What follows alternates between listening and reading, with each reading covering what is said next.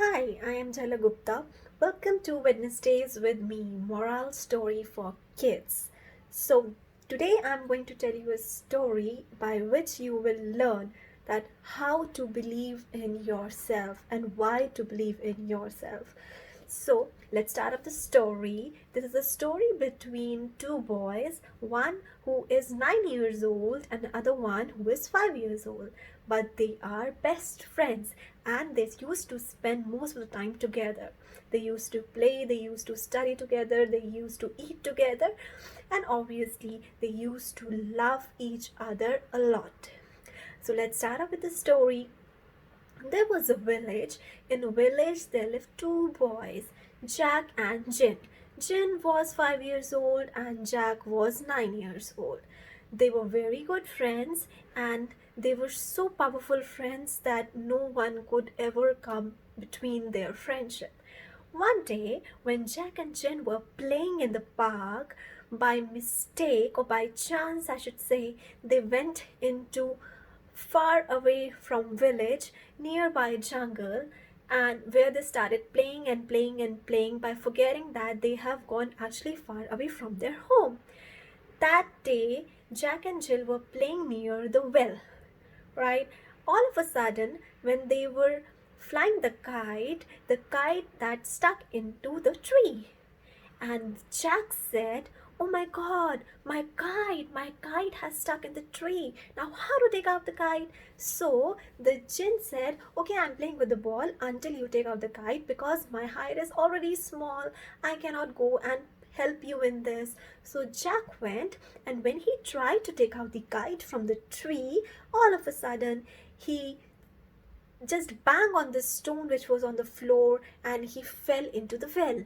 And you know what? He didn't knew the swimming. He shouted and shouted and shouted and shouted. Then he thought that he would die today.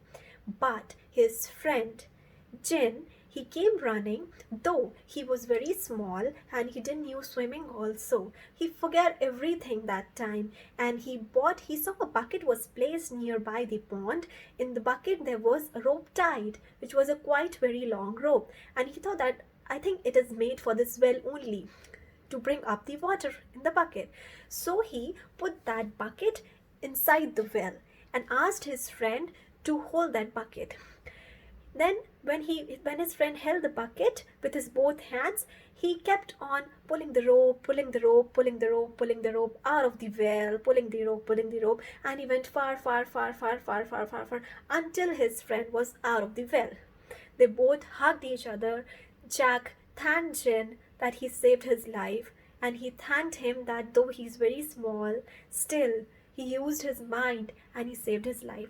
They both were very scared that day. They went to their village. It was almost evening time. Their parents were worried for them. They went back to the village and they told every villager and their parents the story. But none of them believed Jin because Jin was very small. They could not believe that how come Jin got so much power to pull out Jack, that too with a rope and a bucket. The weight must be very heavy. And how come he made Jack come out of the well? But there was only one person who believed Jin and Jack, and that was the Jin grandfather, because he was very old and experienced man. When villagers asked that old man, "How come you are believing this silly story that Jin saved life of Jack? He is very small. How can you believe that he took out Jack from the well?" So grandfather was very chill and calm and he said, "Listen, villagers, Jack and Jin told you the whole story.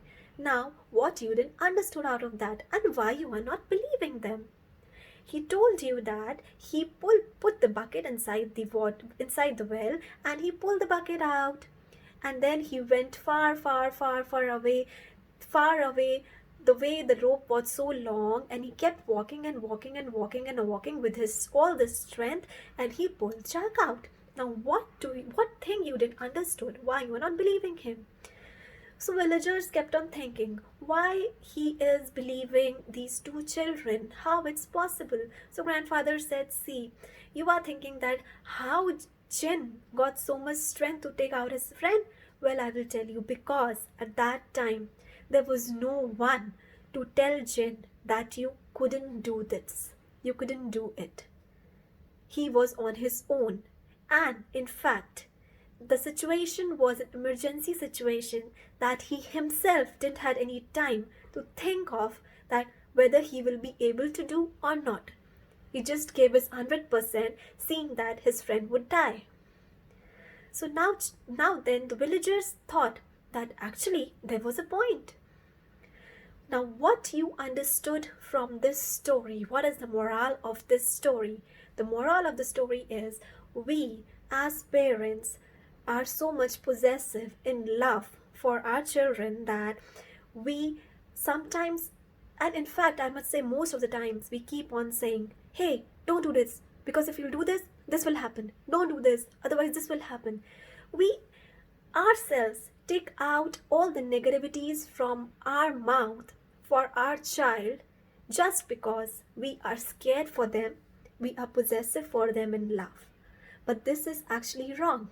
This story is more of teaching lesson to parents that out of your love and possessiveness, believe your children, let them explore the world themselves. Yes, if you think that a particular task will definitely harm them, then yes, you should make them understand, but not by fearing them that you will do this, this will happen, don't do this.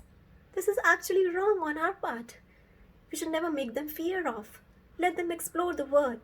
God has given equal mind to all the children. No one is superior to each other.